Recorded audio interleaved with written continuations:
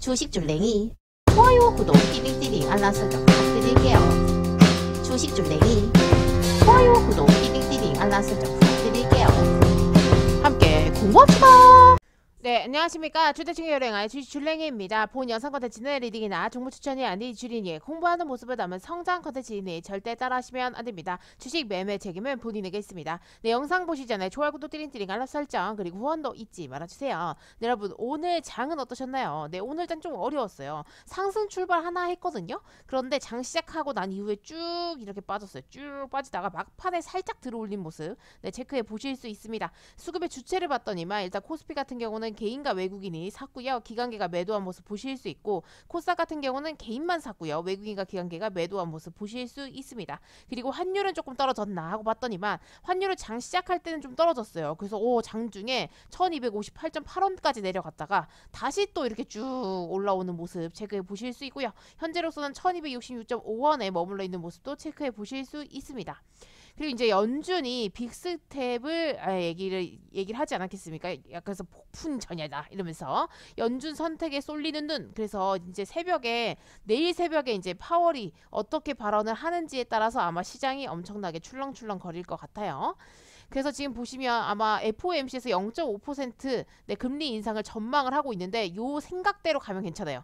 그냥 다들 모두 다 예상하는 것처럼 그래 0.5%만 올릴 거야 라고 하면 상관이 없는데, 그런 게 아닐 시에는 네, 갑자기 막 투심이 막 날아가던지 막 이렇게 될 수 있기 때문에 그런 부분들 항상 체크를 해 놓으시고 계셔야 됩니다. 미국 경제 전문가 57%가 연준이 과연 경제를 연착륙을 시킬 것인가에 대한 질문에 대해서 못 시킬 것이라고 대답을 했대요. 네. 왜 그러냐면 이제 경기 침체를 예상한다는 거죠. 네, 경기 침체를 피한다가 33%밖에 안 되고 경기 침체를 예상하는 사람들이 네, 57% 과반수 이상이라는 거예요. 네, 왜냐하면 인플레이션이 너무 심하고 네, 지금 인플레이션 목표치가 2%를 달성하는 가정에서 경기 침체가 발생할 것이라고 보는 거죠. 왜냐면 연준의 물가 목표가 2%인데 3월에 지금 소비자 물가 지수가 8.5%가 나왔거든요. 예, 그렇기 때문에 연착륙은 힘들지 않겠는가. 왜냐면 이렇게 2%대까지 목표치로 낮추려고 하면 아주 강도 높은 긴축이 필요할 수, 그러니까 불가피한데 이것은 당연히 수요 둔화를 유발해서 경기 침체를 유도할 수 있다라고 보는 거죠. 그래서 어떻게 지금 연준이 대응을 하게 될지가 참 네, 궁금해요. 궁금하게도 되고 걱정이 되기도 합니다. 연준이 만약에 정말 우리가 방금 읽은 것처럼 0.5% 금리 인상만 하겠다 하면 솔직히 괜찮아요. 그런데 그런 게 아니고 갑자기 0.75%를 올리겠다. 그 다음번에도 0.75% 올리겠어. 만약 이렇게 돼버린다고 하면 진짜 문제가 생기는 거죠. 그래서 이런 부분들도 알고 계셔야 될 것 같아서 네, 말씀을 드리는 겁니다. 바이든 같은 경우는요, 우크라이나의 이 전쟁은 민주주의와 독재 사이의 전쟁이다라고 얘기를 하고 있어요. 근데 맞는 말 같아요. 저는 개인적으로. 네, 왜냐면 민주주의 약간 서방 쪽 이렇게 쭉 같이 이제 합세를 했고 독재 러시아랑 뭐 중국이랑 북한 이렇게 약간 편을 먹었잖아요. 그런 식으로 약간 그 사상과 그런 것들에 대한 차이에서 오는 전쟁이 확실히 조금 더 도드라지고 있는 게 아닌가. 근데 그 안에는 결국에는 본인들의 이권 이런 것들이 제일 밑바닥에 깔려 있는 것 같아요. 그래서 이런 부분들까지도 조금 체크해 보시면 좋으실 것 같습니다. 그리고 이제 미국이 그 취임식에 바이든 방한 동맹 중시를 고려해가지고 이제 바이든 방한 앞에 있잖아요. 그래서 지금 축하 사절단을 이렇게 보내야 되는데 어떻게 해야 될지를 조금 고민을 하고 있는 것 같아요. 네, 그래서 이런 부분들은 일단 알고는 계셔야 될 것 같아서 가지고 와봤고요. 그냥 인사치레를 어떻게 하는지도 솔직히 좀 중요하거든요. 우리나라의 대통령 취임식 때 비중이 있는 그런 분들을 보내는가 이런 것들도 좀 중요해요. 그래서 이런 부분들도 조금 체크해 보실 수 있을 것 같아요. 왜냐면 미국이 우리나라 어떻게 생각하는지를 저런 거에서 조금 알 수 있잖아요. 그래서 저런 부분들도 조금 체크해 보실 수 있고, 그 다음에 이제 디폴트가 급한 불끈 러시아인데요. 말 그대로 러시아가 그러니까 오늘 문제가 생길 수 있다라고 얘기했었는데 일단 급한 불을 끄는데 성공을 했다고 합니다. 근데 또 5월 27일에 또 위기가 있다고 해요. 그래서 이렇게 되면 조금 더 위험하지 않는가. 좀 위험하지 않는가라는 생각이 드네요. 네, 요거예요. 이달 4일부로 러시아의 국가 부도가 유력했으나 러시아가 국내 달러 보유고를 최대한 소진했대요. 그래서 자금 조달을 한 것으로 보여진다. 이제 이렇게 돼가지고 다행히 급한 불을 좀 끈 것으로 네, 체크해 보실 수 있습니다. 그리고 이제 푸틴이요 보복 경제 제재를 하겠다 이러면서 서명을 했대요. 그래서 러시아 제품, 그다음에 원자재 이런 수출을 금지시킨다고 해요. 그래서 요거 관련해가지고 플라스틱 관련주들이 오늘 조금 마구마구 올라갔던 거 네, 체크해 보실 수 있죠. 그래서 이제 이렇게 되면 이제 제재 대상과 거래 금지를 하게 되면 의무 이행을 안 해도 된다. 약간 이제 그래 이제 뭐 우리도 제재한다. 니네만 제재하냐? 이런 느낌이에요. 네, 그래서 이제 약간 맞불 작전 이렇게 생각하시면 될 것 같고 이런 식으로 된다고 하면 피해 보는 네, 국가나 그 기업들이 아주 많겠죠. 그리고 나서 지금 이제 EU에서는 네, 러시아 석유, 단계적 금수 등을 6차 제재안을 제안을 했다고 합니다. 그러니까 러시아는 이제 러시아의 석유를 이제 한 번에 확 끊긴 힘드니까 조금씩 줄여가지고 단계적으로 네, 중단을 하고 올해 말까지 러시아 정유 제품 공급을 아예 중단할 것이라고 지금 얘기를 했대요.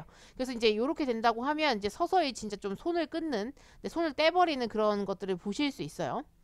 그리고 이 러시아 원유를 사겠다고 하는 건 중국입니다. 네, 완전 지금 러시아 원유가 싸니까 헐값에 중국이 계속 사들이고 있대요. 네, 그래서 지금 보시면 이런 사진들도 있지만 어쨌든 중국 입장에서는 싸게 구매할 수 있는 기회이기도 한 거죠. 그래서 지금 보시면 이런 식으로 또 하고 있고 또 인도요. 네, 대표적인 국가는 인도라고 합니다. 그래서 인도와 러시아 그 다음에 중국 요렇게는 조금 사이가 괜찮은 것으로 보여질 수 있어요. 그래서 이런 부분들도 조금 알고 계셔야 될 것 같아요. 그리고 이제 중국 같은 경우는요. 중국 대학에서 무증상자 한 명이 나왔더니 1만 3천 명을 격리시켰대요. 그래서 약간 조금 애매한 부분이 있어요. 아무튼 뭔가 건덕지 하나라도 있으면 그냥 다 완전 봉쇄시키거나 완전 다 이렇게 격리를 시켜버리는 것으로 보실 수 있어요. 그리고 약간 다른 의견을 얘기하잖아요. 중국 경제 전문가들이 제로 코로나를 약간 비판하는 분들이 있었는데 SNS 사라졌대요. 네, 모르겠어요. 어떻게 끌고 갔는지 어쨌는지 뭐 이런 식으로 웨이보 계정, 그 다음에 뭐 미챗 계정 이런 것들이 지난달에 갑자기 폐쇄가 됐다라고 되어 있는 거 보니까 그냥 아예 끌고 갔을 수도 있어요. 아니면 그냥 아예 그냥 그런 자료들을 막았을 수도 있고요. 그래서 아예 본인들이 내는 색깔과 소리와 다른 소리를 내는 사람들은 아예 다 이렇게 배제시켜 버리는 것들을 보실 수 있죠. 네, 그래서 저는 네, 민주주의 사회에 살고 있기 때문에 네, 너무너무 답답할 것 같은데 저들은 그거를 이해할 수 있을란가 모르겠어요. 그리고 이제 중국이 만약에 흔들리면 외국인 자금이 이탈할 우려가 있다. 중국 쇼크를 경고한 금통이라고 기사가 떴더라고요. 그래서 이게 뭔 소리가 하고 봤더니만 말 그대로 한국은행 금융통화위원회가 중국 쇼크를 경고를 했는데 말 그대로 이제 기준금리를 0.25%에서 만약에 올린 1.5%로 상향 조정을 하게 되잖아요. 네, 근데 이렇게 된다고 하면 중국의 경기 침체가 네, 현실화되면 한국에서 자본 유출이 일어날 수 있다고 내다봤대요.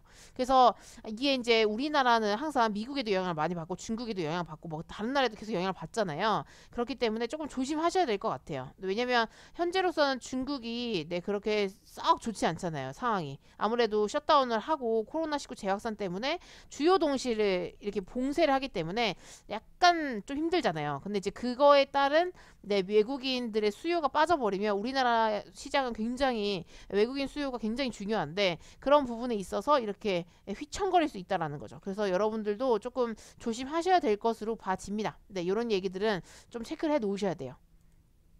그리고 미사일을 쐈더라고요. 네, 오늘 그냥 그래서 갑자기 주식시장이 좀 더 안 좋아졌죠. 그래서 지금 북한이 동해상으로 탄도미사일 한 발을 발사했다. 예, 그래서 대륙간 탄도미사일이라고 지금 약간 예상을 하고 있고요. 근데 요거 같은 경우는 진짜 네, 왜 이렇게 자꾸 쏘는지 모르겠는데 올해로서 지금 올해 공개된 미사일로 보면 14번째 무력 시위라고 하거든요. 그래서 좀 얘네가 뭔가 원하는 게 있는 건가 아니면 진짜 테스트를 해서 미국을 쏠 건가 막 이런 생각도 들었어요. 그래서 저는 계속 약간 위험하다고 생각을 하고 있어요. 그래서 이런 부분들도 좀 체크해 보셔야 될 것 같고요.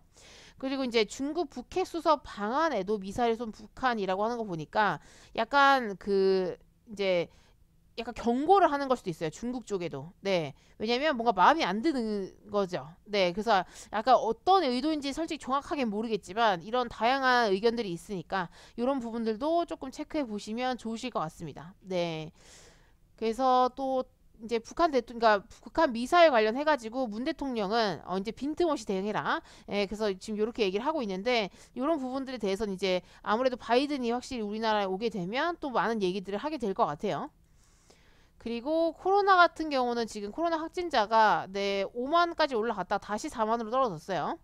그런데 뭐 별 그렇게 적은 없는데 이제 뭐 또 변이가 일어났다 뭐다 얘기가 많아가지고 그건 좀 더 지켜봐야 될 것 같고요. 내일 어린이날인데 거리두기나 실외 마스크가 없는 첫 연휴예요. 그래서 개인 방역이 굉장히 중요하다는 거죠. 왜냐면 이동량이 당연히 증가하겠죠. 당연히 아이들과 함께 가족들이 뭔가 시간을 보내고 싶어 했기 때문에 당연히 이동량이 증가할 것으로 예상이 되고 있고 면역력 약한 아이들이 많잖아요. 그렇기 때문에 꼭 조심하셔야 될 것 같아요. 그래서 항상 방역은 신경을 써주시길 바랄게요. 여러분들 소중하니까. 네, 소중하니까. 그리고 이제 8월 달에 새 거리두기 개편안이 나온다고 해요. 그래서 이제 그냥 뭐 하는 게 아니고 아주 그런 체계적인, 그래서 밀집, 밀접, 밀폐도 이런 것들 다 따져가지고, 한다고 합니다. 그래서 업종별로 이제 적용해온 기존 거리두기를 이제 좀 따져가지고 바꾸는 것이 골자가 될 것으로 보여진대요. 그래서 이런 부분들도 조금 체크를 해 놓으셔야 될 것 같고 새 정부는 5월 중에 실외 마스크 프리 선언도 검토할 예정이다. 근데 요거는 이제 신종 변이 바이러스가 또 나타났다는 얘기가 있기 때문에 쉽게 할 수 있는 건 아닌 것 같고요. 조금 더 지켜봐야겠죠. 그래서 이런 부분들까지도 조금 체크해 놓으시면 좋으실 것 같아요. 그리고 이제 보시면 코스피 같은 경우는 0.11% 하락을 했고요. 2677.57포인트로 장을 마감하신 거 보실 수 있죠. 2700을 못 넘기고 있죠. 그래서 현재로서는 여기서 이렇게 저점을 절대 깨면 안 될 것 같고요. 그리고 이렇게 추세를 그었을 때 이렇게 하락하는 추세가 있었는데 이 하락하는 추세의 종가 마무리가 이제 아래에서 됐어요. 이렇게 된다고 하면 이제 조금 힘이 조금 빠지나 뭐 이렇게 생각할 수도 있어요. 왜냐면 어제는 이런 추세를 타고 올라가는데 이 추세를 조금 깨면서 약간의 박스권을 또 만들었거든요. 내일은 장이 안 열리니까 이제 내일 모레 금요일날 열릴 때 금요일날은 근데 보통 장이 안 좋잖아요. 그리고 연준에 어떤 발표가 있은 이후에 있을 거기 때문에 전 좀 걱정이 됩니다. 개인적으로. 그냥 우리가 생각하는 것처럼 나오면 상관이 없지만 그런 게 아니면 당연히 이렇게 장대 음봉이 떨어질 수 있다라고 생각하고 대응을 하셔야 될 것 같아요. 그리고 코스닥 같은 경우도 보시면 지금 오늘 하락을 했는데 0.83% 하락을 했고요. 900.06포인트로 장을 마감하신 걸 보실 수 있어요.